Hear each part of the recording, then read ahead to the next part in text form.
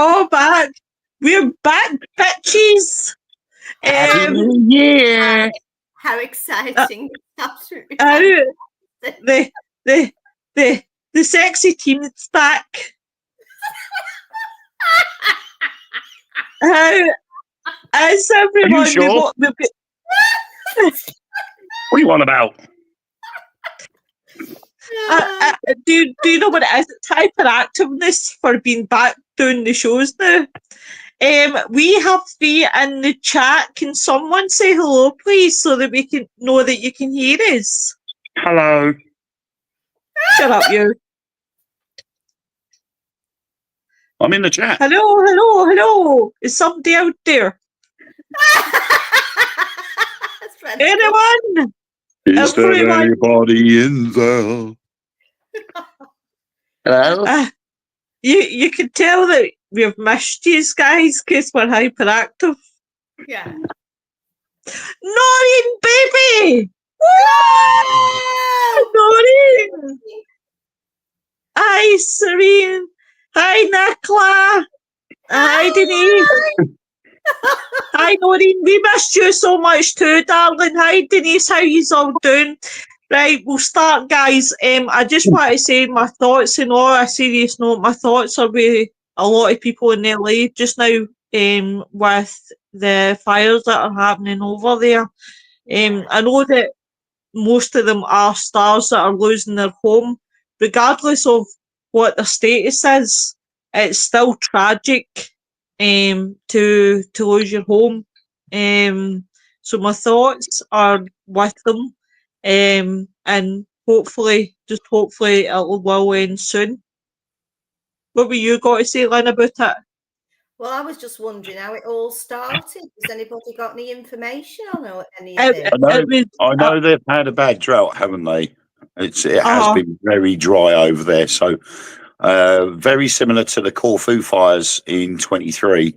Some of the fires, although the majority of the fires in Corfu were started deliberately, but it only takes a broken bottle or a discarded cigarette butt. It doesn't take much when you're in a drought to start a fire, and that one fire combined with wind, that makes everything a tinderbox. And once it starts, it's very hard to stop it because that constant wind just keeps pushing everything in whatever direction. And a lot of the time, it's because that one fire has caused all of the damage, and it starts. Fires can jump, and even putting a brake in, it may not necessarily stop the fire because of heat transference.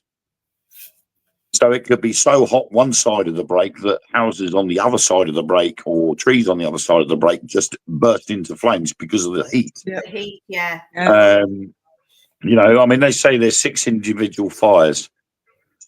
And you got the conspiracy theorists out there going, "Oh, it was all started on purpose," and blah blah blah. And I'm like, why everybody has to go down the conspiracy theory route and say, the government did it on purpose because it's Biden's last attempt at causing havoc before he goes, because Trump's coming in next week and all that rubbish. It's not. It's a natural occurrence where an accident has happened and the fires were spread. Yeah. Imagine losing all that. Do you know what? I mean, horrible. None of us have got massive houses like that are worth millions, right? And we'd be devastated even if it was a small fire inside a room. Imagine losing all that money. What is it? What Malibu Beach, isn't it? A lot of the houses along there have gone. Now you think one side of that, it's seawater. The other side is a road, and then you've got lots of foliage and trees. And yet their houses still went up in flames, and that's because of heat transference. Yeah. Yep. Awful. It's going to be a problem for the insurance companies. A lot of money is going to go into re-establishing LA again. Excuse me, I've just got to 1 second. No, you're fine, love. If you want to go for a pee, you don't need to tell us. Just on you go. I think I think what annoys me more than anything is when you see videos of the devastation, and I saw one earlier on McDonald's. There was a McDonald's in LA, and you could see the fire on the trees, and you could see the wind literally blowing all the embers off the trees, and literally it's shooting off the screen. And someone in the comments had put, McDonald's have turned into Burger King because they flame grill their burgers. Do you know what? This is And what's I'm sick like, of you. nobody liked that comment, but there was comments underneath going, how could you be so cruel? And calling it do you know personal, all what? these names under the sun. A lot of people, right? This is what really gets me, is that if there's anything happening in the world, if someone dies, or if there's a tragic accident, like well, no tragic accident, but like say for example, tragic accident, right? We'll go with that one, right? A lot of people made a lot of jokes about Paul Walker when Paul Walker died. The way that obviously jokes were flying, same as 9/11, the same as, you know, Ryan Dunn. In fact, I remember watching the roast of Charlie Sheen, and that Amy, whatever her name is, had made a joke at Steve-O, and basically turned around and said, I'm sorry to hear about your friend Ryan Dunn. You must have been thinking, oh well, at least it was him. And I just thought, you fucking cow. Like, why would you make a joke about that? Exactly. And as I said saying tonight, it doesn't matter whether it's film stars' homes or soap stars or whatever. These people are still losing their homes. These people are still losing, you know, everything that they had in it. The thing is, as well, I mean, yes, okay, LA has got a lot of film stars and a lot of TV stars in it. They've lost their homes and they've lost their belongings. At least they haven't lost their lives. But there are other people that have lost their lives. Now, these movie stars and TV stars, they can afford to just rebuild their homes. Their insurance will help cover it, and they've got enough money to rebuild their homes. But the average person that works in McDonald's or a car sales lot or anything like that, they've got to rebuild everything from scratch with what money they have got. And it might not be a lot. So when you see things like the McDonald's that's just gone up in smoke, you know, you got, say, I don't know, 30 or 40 members of staff that work there. They've lost their jobs until that restaurant can be rebuilt. That's it. Yeah. Or they've got no home to go to. Or no home to go. Yeah, exactly. They've got where they're going to go. Yep, there's lots of normal people that live in these big cities, regardless of whether it's the home for TV and movies and stuff like that. There are lots of normal, average people living and working in LA, and they are suffering alongside these big movie stars. And I saw one the other day, and my heart went out to him because Steve Guttenberg hasn't been a big movie star for years. And yet he was out there with the LA Fire Brigade, assisting them put the fires out. I know. He felt that he had to be out there helping. And so he did. You know, and there's only been the rumours that Steve Guttenberg's coming back for another Police Academy film, and that's been it. But, you know, whatever he's been doing in the background, he's been doing. But to see all of a sudden an interview with him on the street while behind him things are burning, and he's standing there saying, I've got to help them. They're my friends. That's it. That's it. I'm going to do the comments. Hey, Laurie. Noreen says they always have fires. It's just worse this time due to not having rain they normally have. Hey, Mark. Hey, Joanne. Noreen says some people are so careless. Hi, Sarah Louise. I've not heard from you in ages. I hope you had a good Christmas and New Year, my darling. You don't hear about the normal people in the news. You never do. Mark says we live in a horrible world at the moment. Unfortunately, it's getting worse. Noreen says they are saying now should have ever build there again. Sarah Louise, I feel for all the lost pets as well. So do I, because I'm a big animal person. Oh, hey, just saw you were on. Huge thanks to Willow for always checking in. Not a problem, my darling, not a problem. Denise said, so nice, hope more help.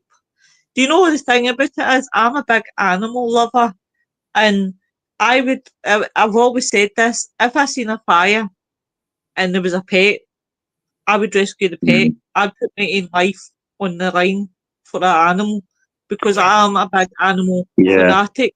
Oh, here's my darling. I mean, Oh, Ellen, hello. Ellen follows a lady on TikTok. She's got a stables, but she's also got a 107-year-old tortoise. Wow. I can't remember the name of the account, but she follows her on TikTok. And obviously, when it all started, you could see the smoke in the background to her property. Oh. And she said it's getting really worrying now because it is starting to get a lot closer. So we're going to have to start getting out and getting them all out and everything else. And they tried everything they could. But then obviously this 107-year-old tortoise, they had to get out of the area before the fire got too close. And apparently they only just managed to do it. But when they went back, their house is completely gone. Oh, my God. No, and they said, we're grateful that we got out when we did, because although the house has gone, we've still got the animals and the horses. They're all fine. She said the rest of it can be rebuilt. And this is the thing. This is why people will return to that area. And it's the same as with Tornado Alley. All the areas that get affected by tornadoes annually, you will rebuild, regardless of the fact that the following season there'll be more tornadoes again. Yeah. Oh God. This has always been my curiosity, right? I know we're having a talk about natural disasters. I've always been curious about, tornadoes. Obviously, see if you stay in Tornado Alley, that must be like terrible, because as you say, when it's a case of your house is hit, right, and you rebuild, and 6 months later there's another tornado that smashes down the house that you've just rebuilt 6 months ago. It must be frustrating, and I suppose, see if it was like a newcomer like myself, say I moved to America and I seen this really beautiful house in Tornado Alley, obviously I would be gutted, but I think you get used to these sort of things, and I think that's why we're most blessed, like me, you and Lynn, because we don't have the severe weather that other countries have, like America, Indonesia, places like that sees earthquakes, tornadoes, tsunamis, hurricanes, the full shebang. Yeah. And I think that we're really blessed that way. I think, and it makes you appreciate, that life, really, when you think about it. Yeah, definitely. If you're in Kansas when a tornado happens, apparently your whole house gets sucked up and replaced in Technicolor somewhere. And then there's all these little people saying follow the yellow brick road and everything. So you got to make sure. How dare you, Tom? How dare you? But the thing is, they once the area is safe again, they come back and they rebuild. Following season, same thing again. Most people would turn around and say, look, my house went the first time round, now it's gone again, I'm moving away. Yeah, I'd move away. But they don't. They don't. They just rebuild again. There's a reason why people stay. And for me personally, if I was in a place like that and that happened, there must be some sort of affordability, that would make it worth you rebuilding your home in the same place. Build in brick that last one's gone. in wood? A lot of houses are wooden, aren't they, Tom? Yeah. What's that? A lot of the houses in Tornado Alley are wood, aren't they? I'm not sure. Probably. I mean, I think I live in Philadelphia, so most of the houses here are made of bricks. Yeah, I mean, there is brickwork on some of the houses, but the majority of it, when I've seen the photos of the devastation afterwards, you don't see many bricks. A lot of it's wood. Yeah. And we look at it and we say our houses are double skinned. We've got a thinner, a breeze block inner wall, Breeze block, yeah. then insulation, and then solid brick wall on the outside. That would withstand a tornado a lot more than these wooded houses would. Yeah, And doesn't stop your roof from getting blown off. But tornadoes like to hit trailer parks a lot too for some reason. I don't know why that is. But you would think if there's a line of tornadoes that keeps coming through where a trailer park is, that the people that own it might say, you know what, maybe we should move it. Yeah, move the trailer park.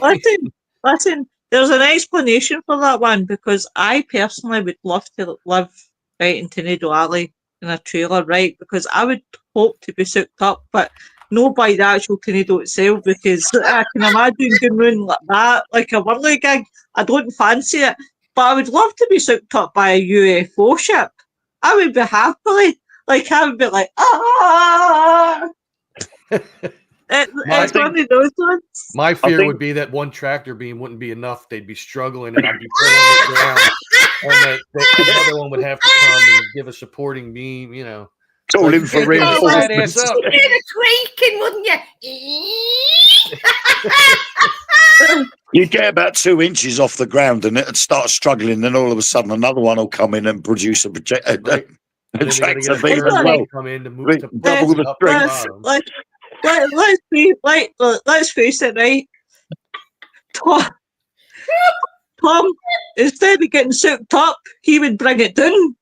I would. I'd get like you said, I'd get about 2 inches off the ground, and then the UFO would start slowly coming down and struggling, going back. Another one would come in, another beam, and then one would go underneath, pushing me up from the bottom, and then they get me about 6 feet away from all of them. They just take me away that way. Like we can't get them in the ship. They'd take me up and bring me back 5 seconds later. They would be like, made a mistake. Right, guys, I'm going to go into the comments. Noreen says, I was thinking about all the poor wildlife. Me as well, must be. Lawrence said the firefighters are having to use water from ponds and swimming pools due to the shortage of water.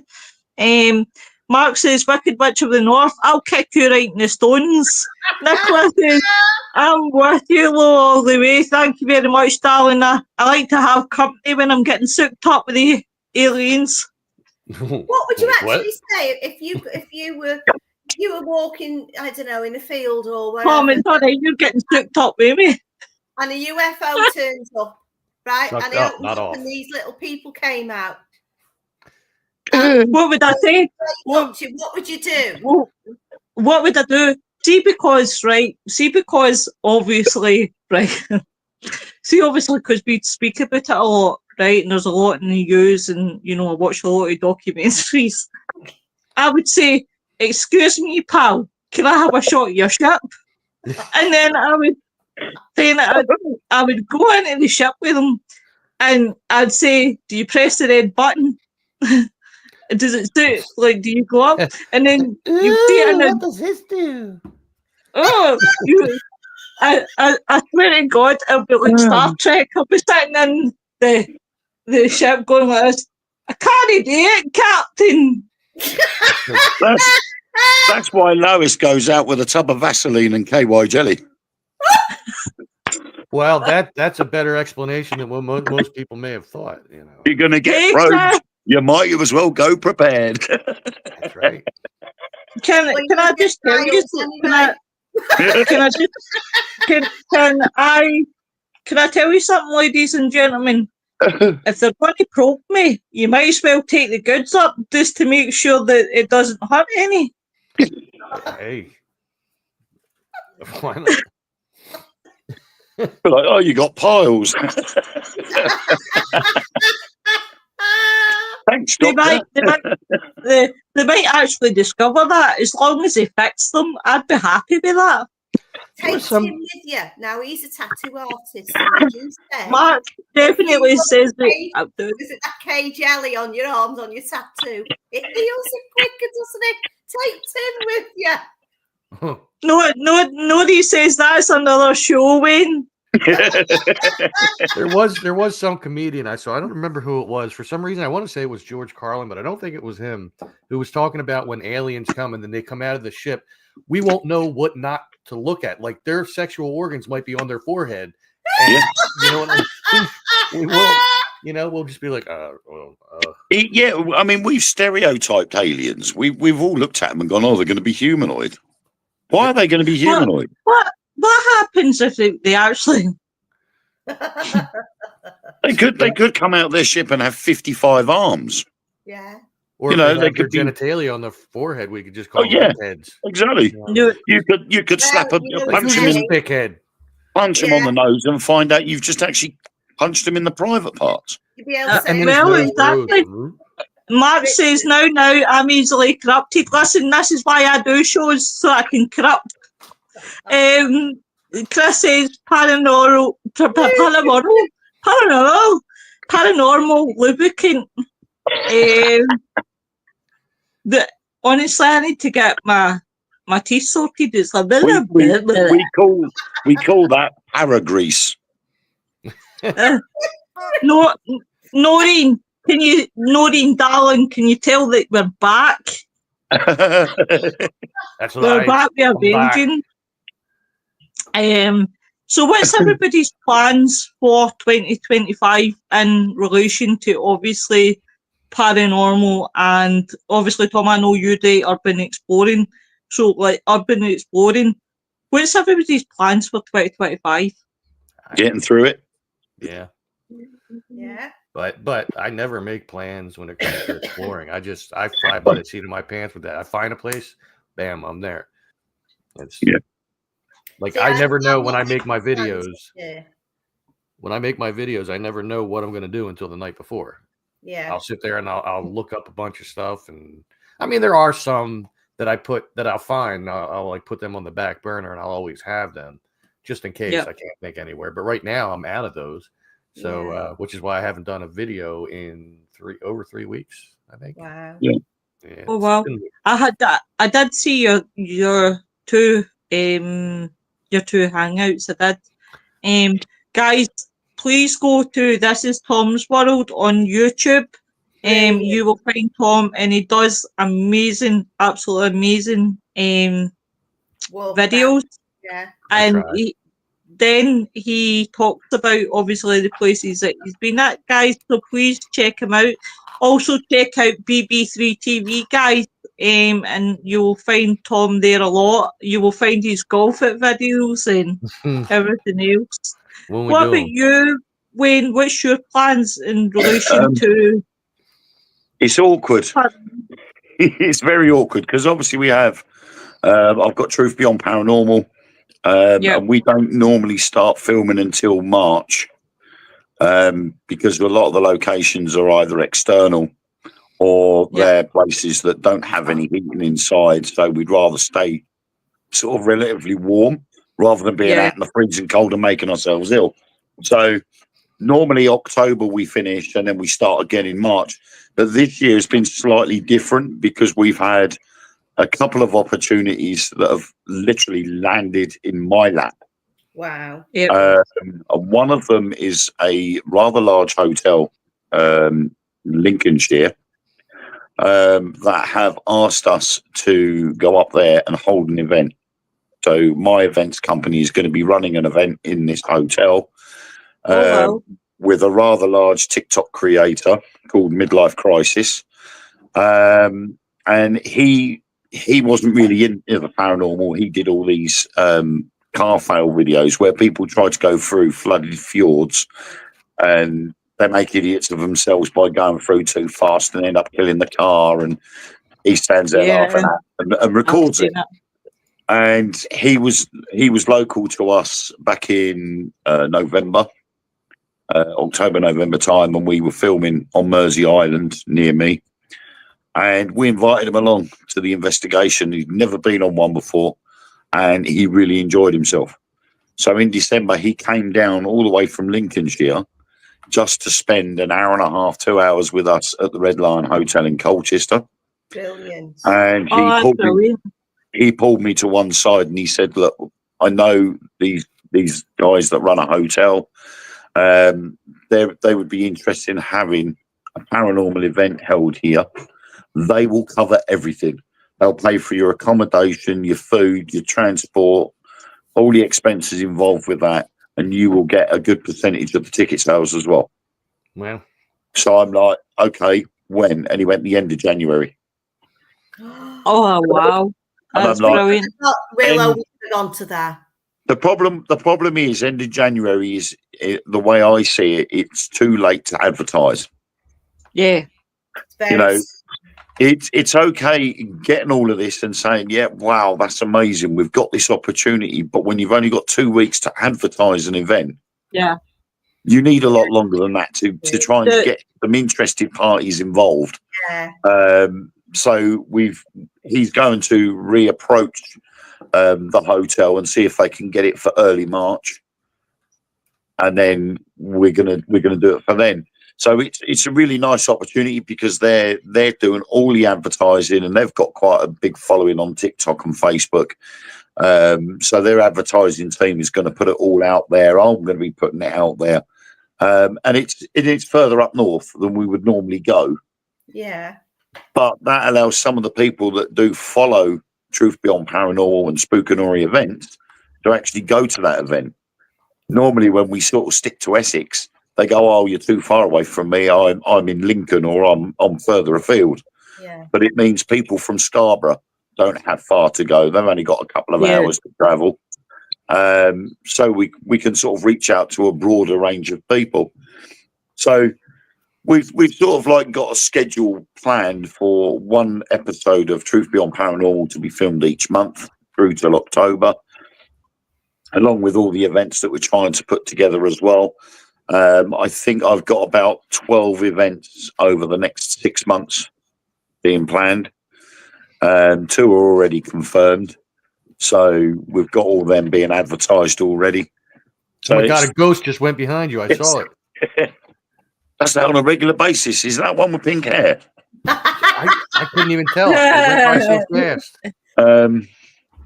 So we got all that, but then obviously I've got my books as well that I'm getting written at the same time. So I try not to plan anything in between what I'm comfortable with. Yeah. yeah. So Yeah. I'm sitting there thinking, well, my 5th book needs to get published, so I've got to start concentrating on that now and get that sorted. Brilliant. Oh, God, I love you. What about you, Lynn? What's your plans? Right. I'm not making any proper plans because it all Yep. went tits So up you're making last year. improper plans then. Yeah. That sounds It all devious. went tits up last year. Everything What? I done from day to day. That's how it was. So I'm not going to do that this year, but I have got an event coming up in, I think it is the end of May, in a jail in Gloucester. Gloucester Prison?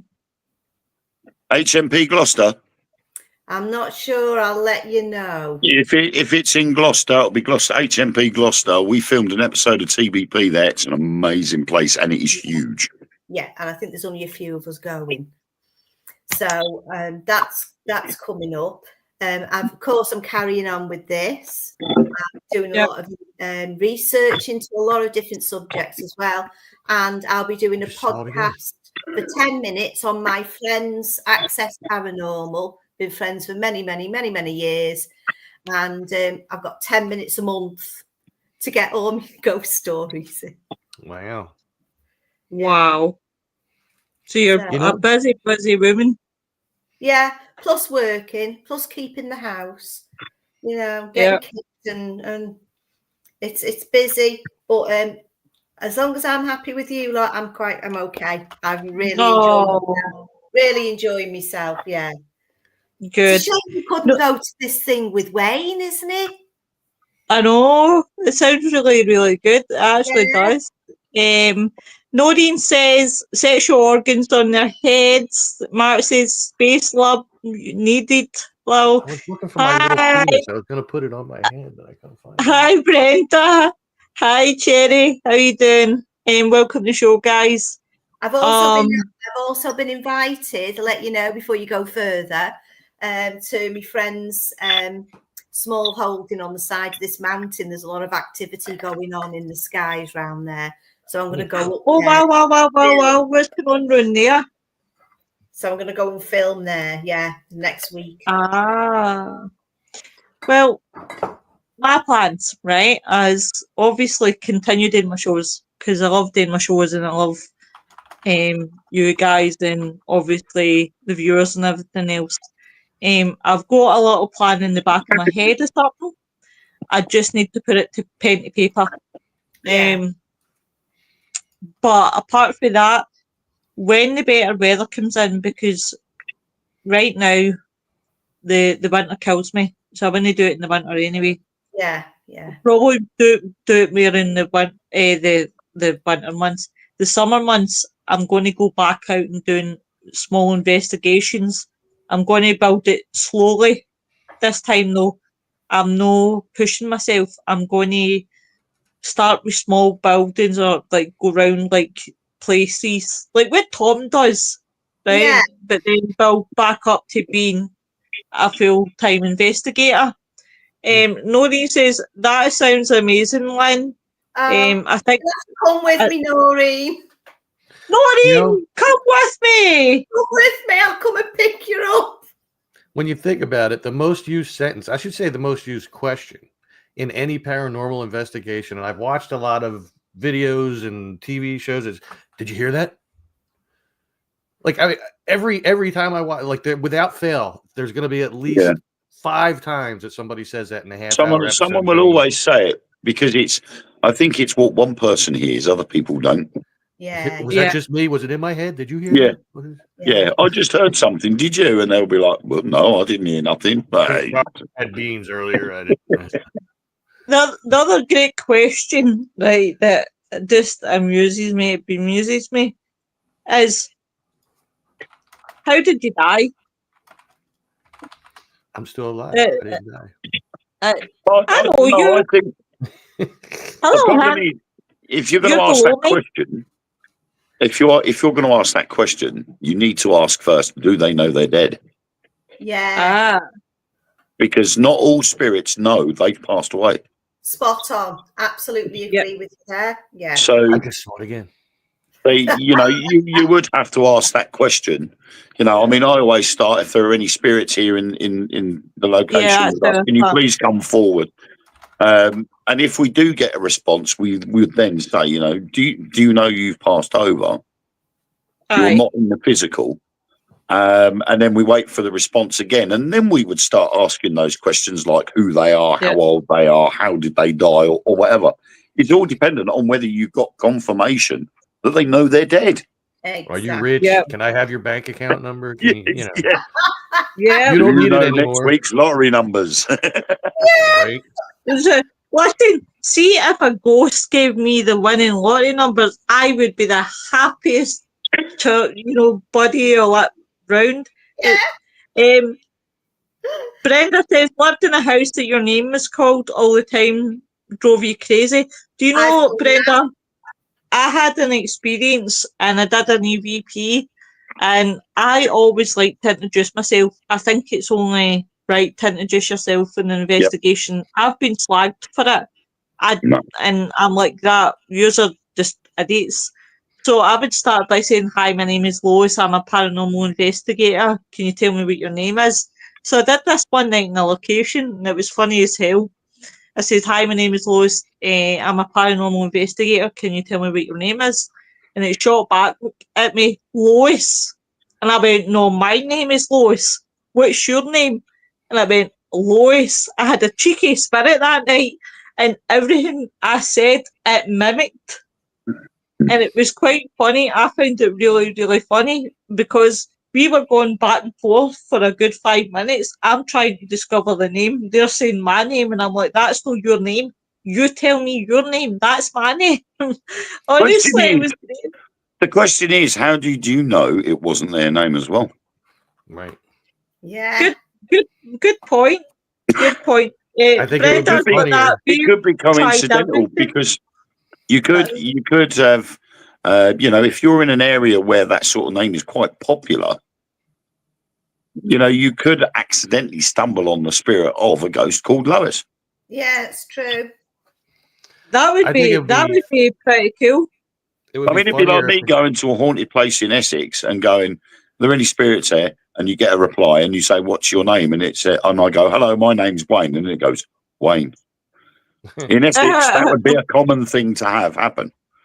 Have you ever been in your own home somewhere and then you've heard somebody saying, Lynn, to me, and I've gone, yeah, like as if I know that voice, but I don't know it. Just nobody there. I think it'd be funnier if you said, you know, hi, I'm a paranormal investigator, and then the thing got back and said, I'm sorry, I don't believe in ghosts. I've heard someone call my name from upstairs, and when I've gone upstairs, there's been no one up there. Yeah. Well, yeah. I've heard things like that. And I love that when that happens, because I go up there and I'm going, who was that? Hang on a minute, there's no one in the house apart from me. My mum's sister often, and she passed years ago, but often in the mornings, it's Lynn, come on, get up. Yeah, all right. You get up out, I jump up out of bed, you know, get ready. It's like, it's normal. It's normal. Yeah, I think some of that comes to the stone tape theory comes into play there. Yeah. I mean, this house itself, I've only ever known this house as such. You know, I've lived in 3 other places, but this is the family home. I moved into this house when I was first time round when I was 6 months old, and this house was brand new when we moved into it. And now I've moved back to yourself. You were 6 months old. Just said, "That's it. I'm moving out." Yeah, got a house. I said, "That's it. I'm buying this new build house. 25 grand. I'm having it." That's it. How many houses have you lived in your whole life altogether? In my whole life, apart from when I was in the Royal Air Force, I've lived in 1, 2, 3, 4. Yeah, 4 houses or 4 places, apart from the Royal Air Force, because without it, you probably had about another 7 or 8 on top of that. What about you, Tom? I technically, I guess you could say, I've lived in many apartments and stuff like that. But this is the main house that I've been in. Like, we moved in here when I was 2, so back in '77. My dad has never moved out of the house, so he's the one that's been here all along. I've moved out, come back, moved out, come back, and then I had to come back at one point, and then he got sick not long after that. So now I'm just kind of stuck here, and for a while. So I've lived in as far as houses, I've lived in 3 other houses at different points, but they weren't mine. Yeah, they belonged to exes, and I would, they would ask me to move in, and I did. Sometimes it lasted a while, sometimes it only lasted a matter of weeks. Yeah. It's like, listen, we're gonna stay together, but you got to go. I'm like, all right, see ya. So I mean, the stone tape theory could come into play there. When you're sitting there downstairs and you hear a voice upstairs, it could be stone tape theory that's recorded somebody calling your name out 15, 20 years ago.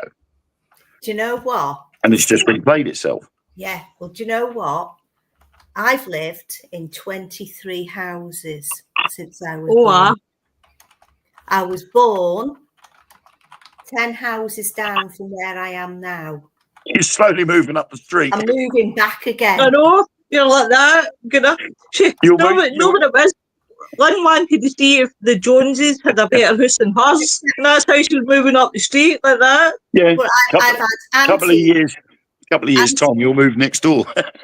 Yeah, well, hey, I've had aunties and cousins all live in this row and across the road in the 60s and the early 70s. So it's like a big family area. Wicked street parties. Oh yeah. Yeah, the whole family out the street will be like, we're shutting the road down. Great. Yeah. What about you, Lo? How many of you lived in? In my childhood, I had 3, because I had 2 with my mum and dad, and then I stayed with my gran and papa a lot. As I got older, I moved with my dad down to here, so that's 4. I've had my 5, 6, 7, 8, so 8 in total, including what I'm in the now. So it's 8. Yeah. And I'm no one for moving. It stresses me to shit. It's horrible. Honestly, it does. See, once I'm planted somewhere, I want to be there. Yeah. And then and it's just one of those things. But here's this. Oh, hello, May. Welcome to the show. May is coming on one of the shows. So she's a lovely, lovely woman. She's amazing. So the thing about it is, what I've been always, fascinated with is any home that I've been in seems to have activity. So I don't know if you move and you go through houses, then you're carrying what May says, mad Irish woman here, you're no mad, darling. But if you're carrying spirit and you're carrying it through your houses, you're accumulating what might be there that follows you into the next house, that follows you into the next house, that follows you into the next house. Yeah. Have you guys seen a full spirit? You must have been reading my mind, Brenda, because I was just going to tell people what happened to me at Christmas. Well, it was actually no, around Christmas time. It was the day after my grandson's anniversary. So I lost my gran last year, guys, and I went into deep depression. I'm quite openly talking about this now because I feel after what happened at Christmas, I feel such a comfort. Like I can speak more easily about it now, whilst last year I was very shut down. So it's running up to Christmas, and I seen my gran twice in my dream, which was, I can't tell you how much a comfort it was. So on the 28th of December, that was the anniversary of my gran, the first year of her passing. And on the 29th, it was 6 o'clock in the morning, and I opened my eyes fully. And as I looked to the right hand side of me, because this is actually the side of the bed that I sleep on, so I looked at the right hand side of me, and I seen my first, well, actually second full body apparition. My gran's face was fully formed, but the body was just like a white outline. But I could see thingy, and I said, I got a fright. I jumped up like a ninja, honestly, and I got a fright.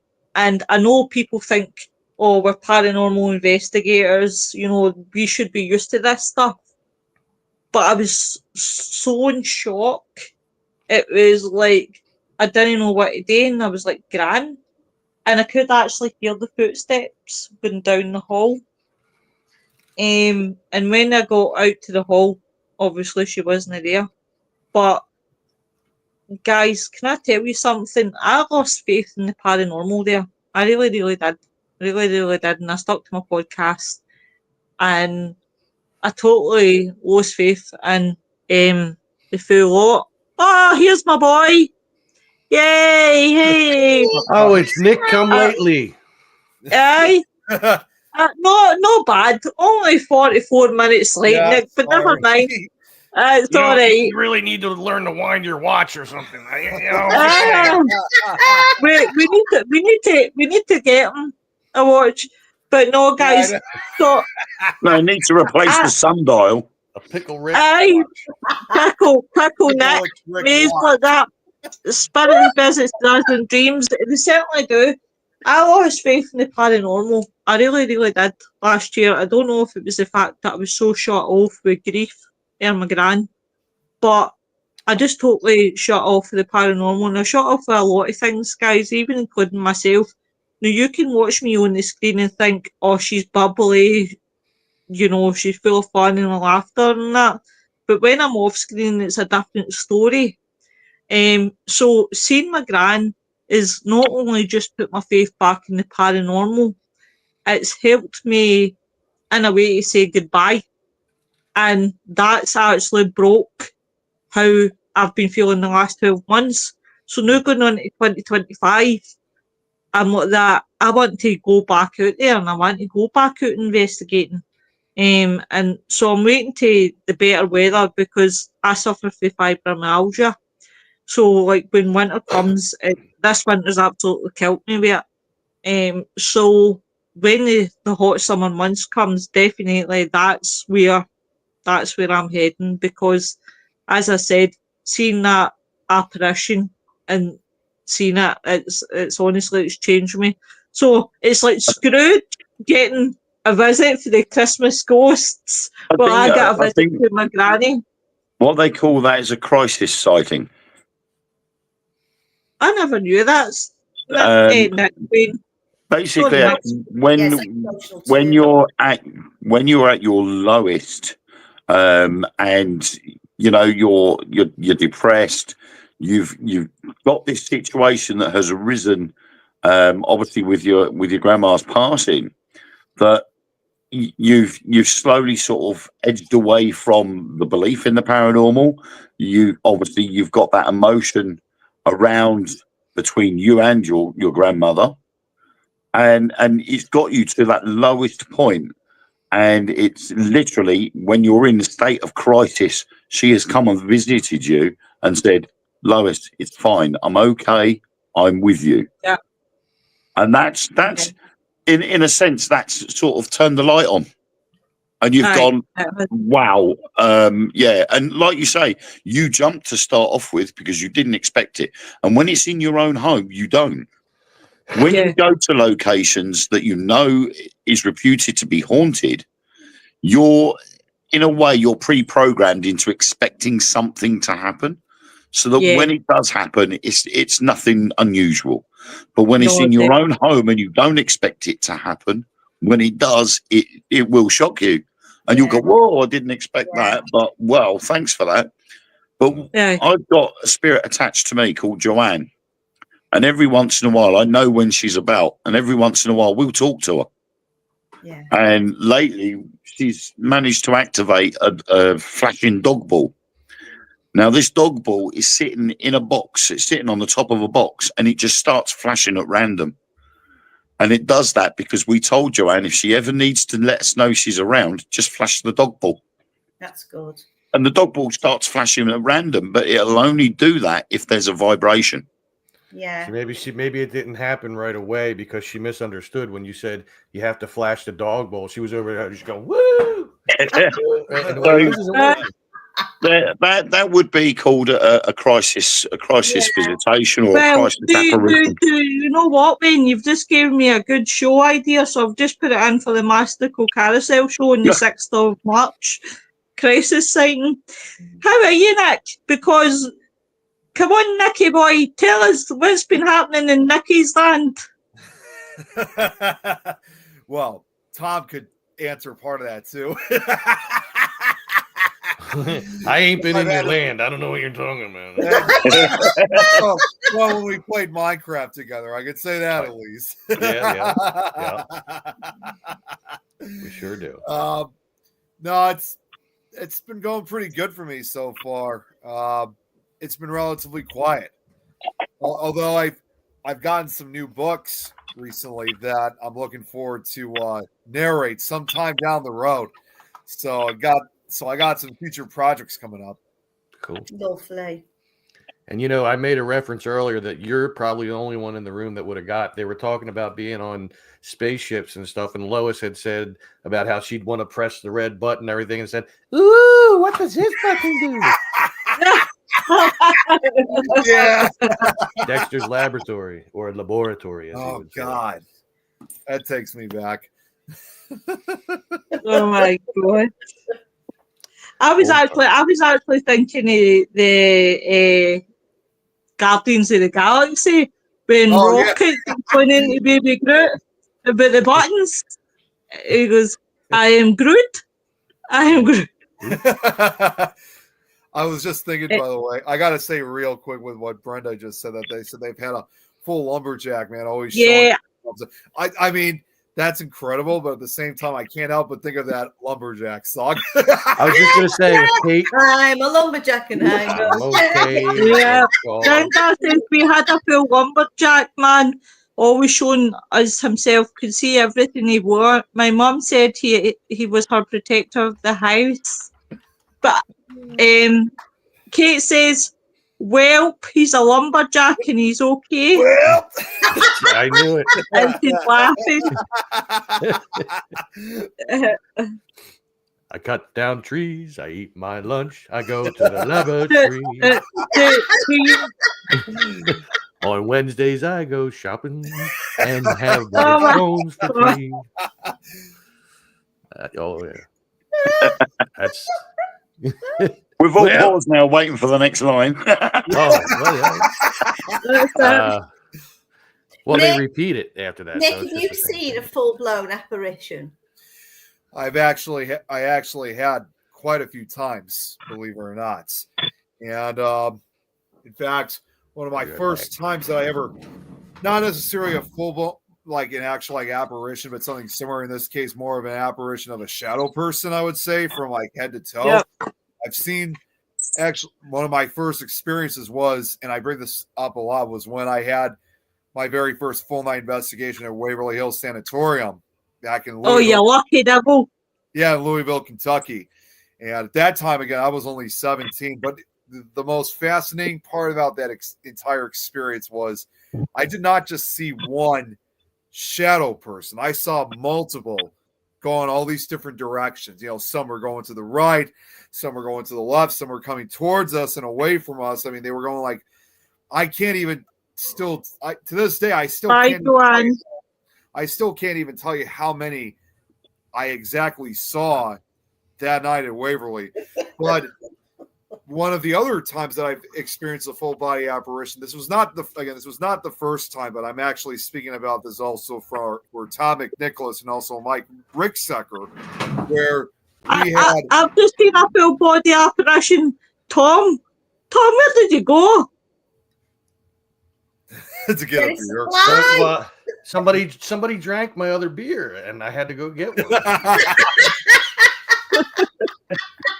It was really him. I think he just forgot. Every time I come up here, somebody always drinks my beer. I don't know what happens to it, and I always have to go get another one. I bet you don't, Mr. Nally. Kate said Tom's got to put his lumberjack suit on. Yeah. Brenda said, "Scared the shit out of me when I was 10, and that's funny." I can imagine, honey. I can imagine. So sorry, Nick. What were you saying, my lovey? One of my other times I've experienced an apparition, again, I'm speaking for Tom McNicholas and Mike Ricksecker, was about 6 years ago when we had, this was when Mike had one of his last Haunted Romania Paracons that he had. We investigated with him later that night. We were on the top floor. We were in the Mineral Springs Hotel located in Alton, Illinois, which you guys don't know. It's supposed to be one of the most haunted small towns in America. And the Mineral Springs Hotel is definitely one of those locations. It doesn't operate as a hotel anymore, but it's kind of seen as kind of like a museum. But it's also been used for paracons too. So we were on the top floor, and Mike, his then girlfriend, he had Tom, myself.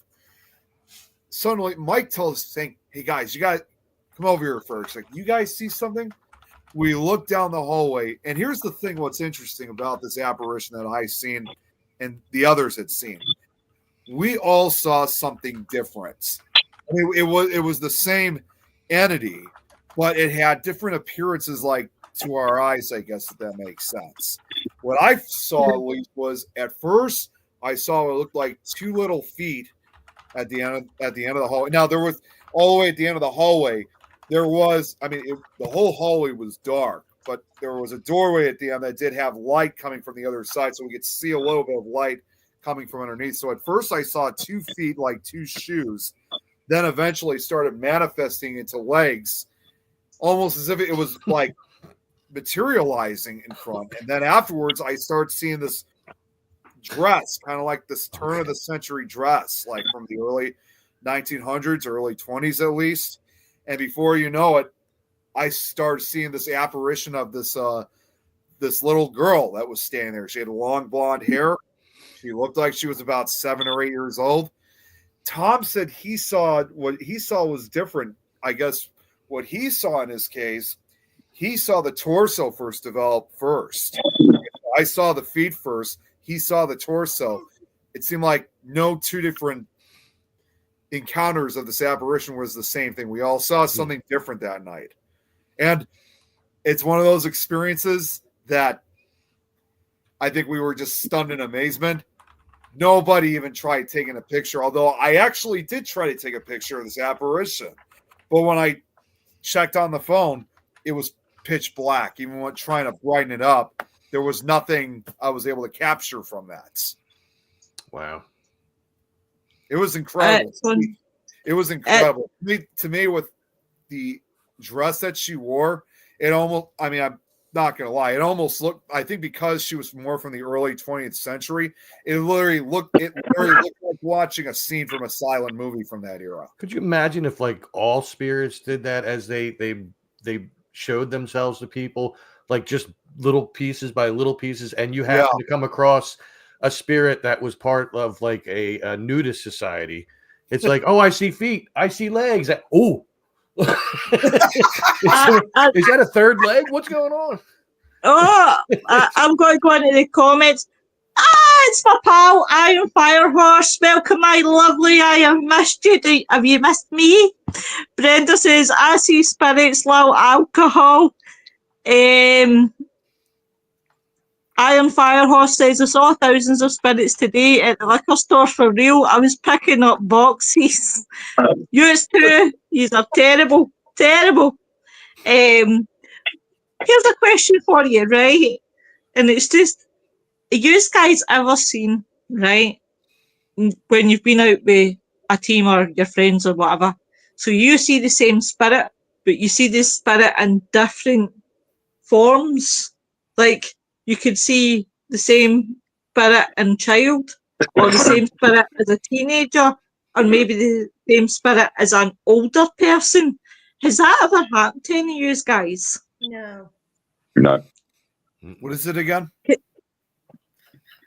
Nick, you're not paying attention. All right, Come on.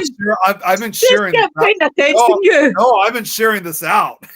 Just to the right of Nick's screen is another screen with Minecraft on. In fact, Yeah, I'm not on, so. No, what is on Nick's screen is not allowed to be said on the show, because it's a terrible, terrible thing. You can find it on blank hub.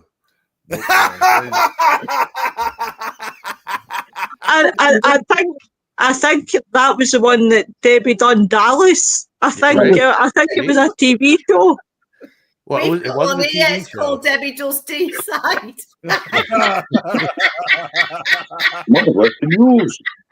Right, back to the conversation, because this has gone down fucking rapid.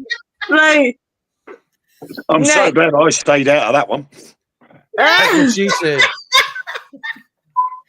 That's exactly what she said.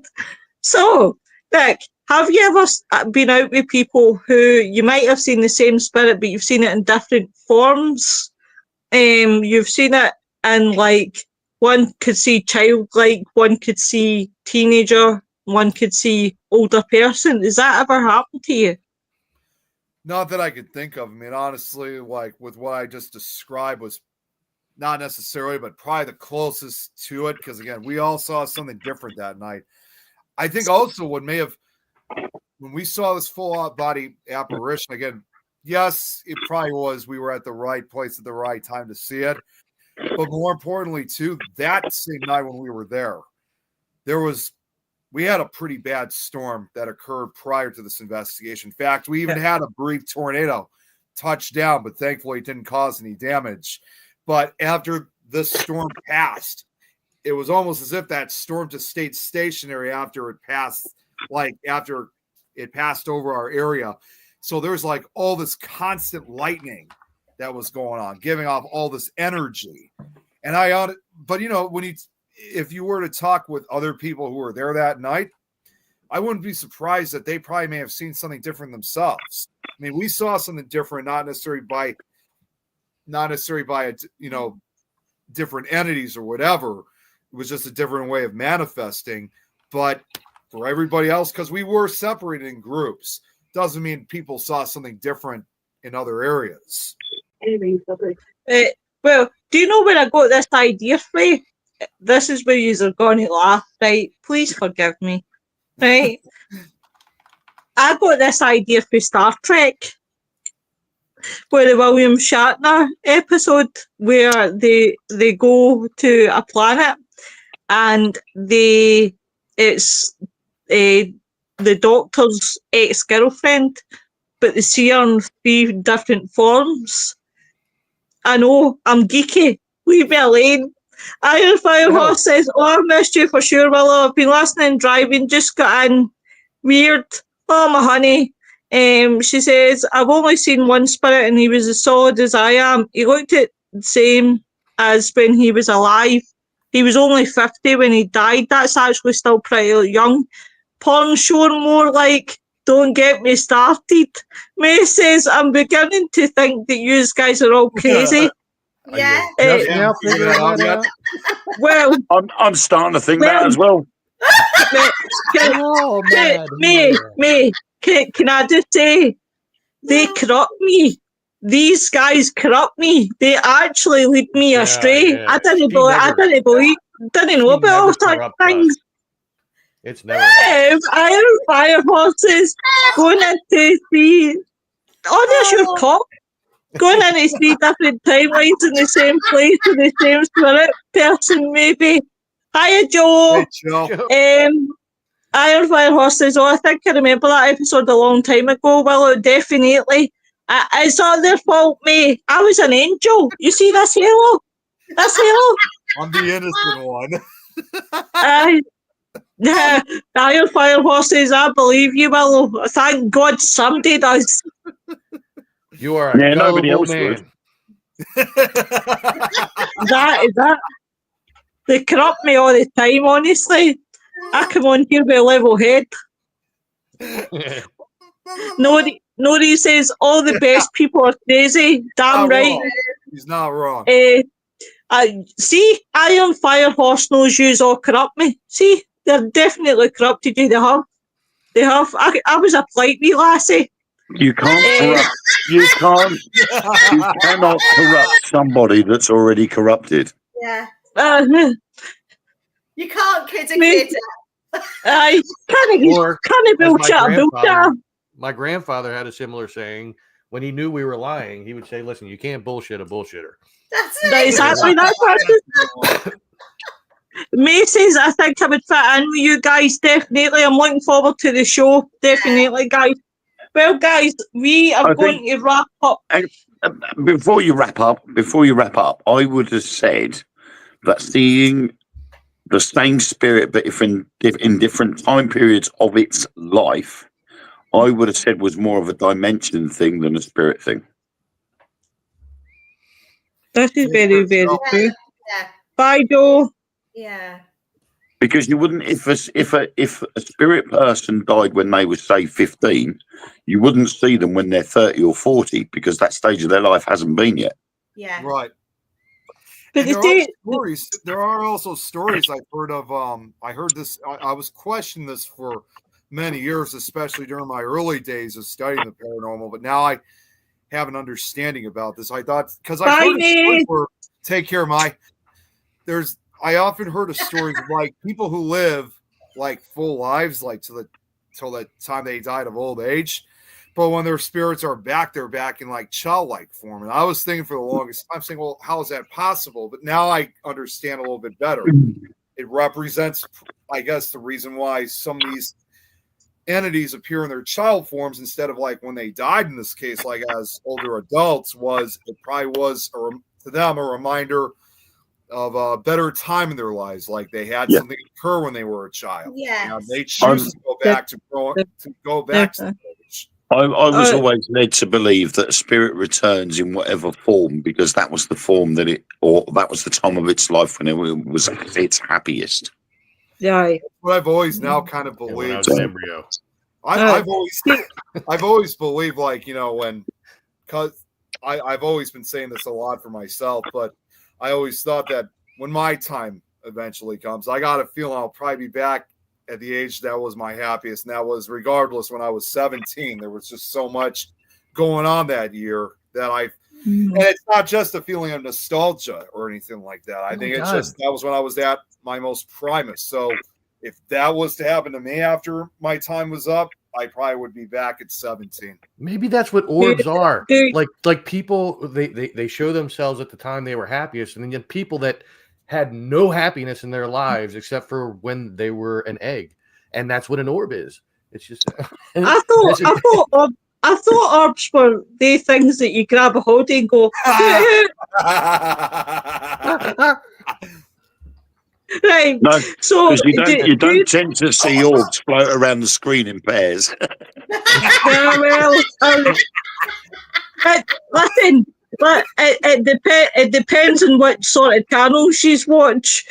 Iron Fire says, "Oh shit, I'm supposed to be at Chrissy's talent show, but this is so much fun. You better get over there, or he'll kick my ass for stealing his viewers." Iron Fire says, "In Buddhism, we present at our peak time after death in the Pure Land, so like 16-year-old. Do you know what? If I passed, right, I always said I would love, right, to get thrown into the 70s, even though I'm in the 80s, Wayne. But I would like to get thrown into the 70s because I would love to be a hippie." Do you know what? I was 16 in 1976. And I have never been so happy as I was then. It was totally amazing. Absolutely amazing. And yeah, go back to the 70s. Definitely. Hello, my darling. I was 1 in 1976.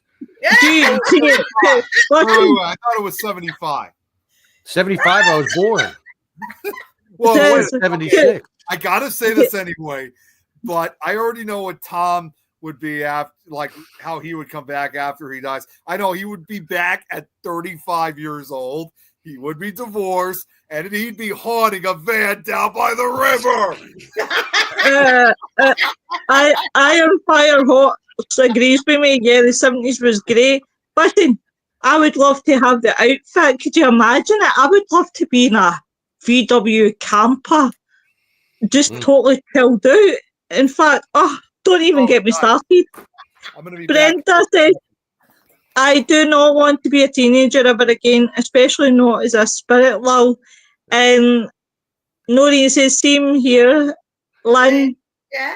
Nick's going to change into his bell bottoms and stuff. Yeah. Oh, can you? Little denim jacket, little denim body warmers. Yeah. Do you know what? Can you imagine me and Nick in the 70s? How cool would we be? Like with the glasses piece, man. I dare you to get dressed up one week on here like that. Speaking of which, that'd be like watching an episode of Doctor Who. I'll tell you what, guys. I should have thought of this, but never mind. See, when we come up to our second, no, it'll be a third year podcasting, right, guys? Do you know what we should do? We should have a 70s night, 80s night. We should dress up whatever way. Joe would want to be that because he always tells me about his time in the 70s. So I know Joe would be great with that one. Yeah. Definitely, we should do that, guys. Being a teenager was awesome back then. We got away with murder. Oh, I did. Is that confession? And almost got murdered in hindsight. Well, this is very true. Brenda says, "Yeah, Iron, but once was enough." Speaking of the 70s, I just wanted to show you guys this real quick. When I was talking about that, I got new books to narrate. This is one of them. It's not a very well-known book. It's called Leo Possessed. And this is an original copy. This is from... How Nick, can I just ask, how did you get the copy of the book with me in it? Because that looks like me in the front yet. We could talk about that later. No, but this is an original copy. This was originally made back in 1979. Oh wow! I was 4. Yeah, and this right, Paul. Oops, I've just took Nick off the screen. Nick, please forgive me. Don't kill me. This is done by the same illustrator that later did the Scary Stories to Tell in the Dark books, Stephen Gamble. So, and this was probably one of his very few, one of his few British books I think he did, because this is written by Dilys Owen, who's from North Wales. So this is not a very common. This is not a really easy book. Oh, sorry. 2 minutes. I'm going to put it back up because Iron Firehorse missed it. Oh, fuck! I'm muting Nick and everything. Sorry, Nick. Nick's like that, you bitch. Just sorry. I can't get the star. Right, Iron Firehorse missed the picture. Yeah, here, maybe a little bit closer. Maybe. That's even got my arm in the background. And that's my doll. Yeah. And it is actually a ghost story. I mean, I don't think it's a real. I don't think it's based on a real story, but I heard it's quite a spooky one. So this will be another one I will be making an audio book out of. And unlike when I do this one, it'll probably be my very first book that I'll be reading that just contains a single story. Unlike all the other ones we've worked on, where there's more than one story in it. Wait, you're talking about recording more stories. You still have some to put out. Yes, no, that's what I'm saying. This is a future project. I'm not going to do it soon. I still got to focus on the other ones. Brenda says, yes, Iron, but wasn't. Iron Firehorse said, I hitchhiked across Canada by myself.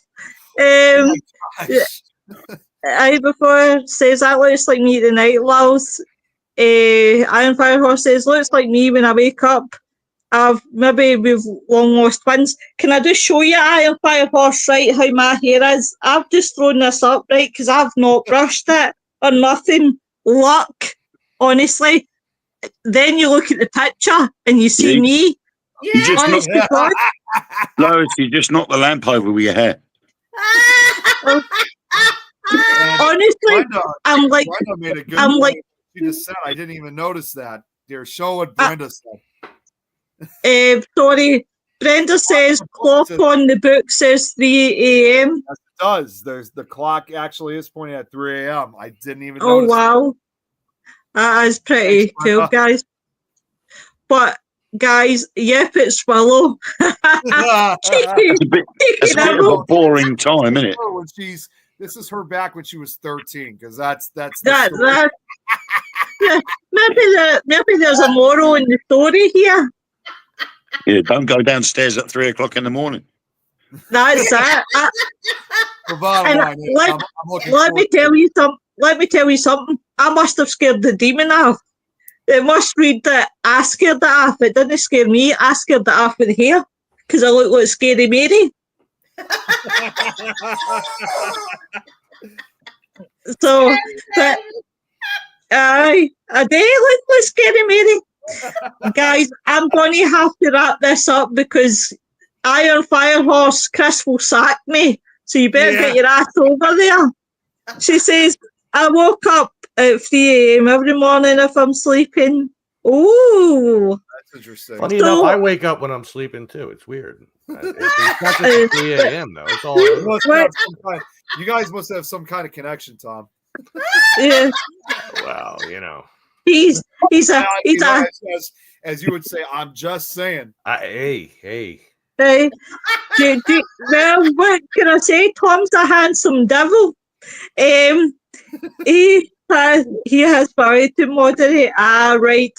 So you just love coming here. So guys, tomorrow night it'll be pretty much the same. It'll just be a relaxed show, seeing how everyone is and things like that. Next week on the Mystical Carousel show, we will be looking at different cultures' beliefs in the paranormal.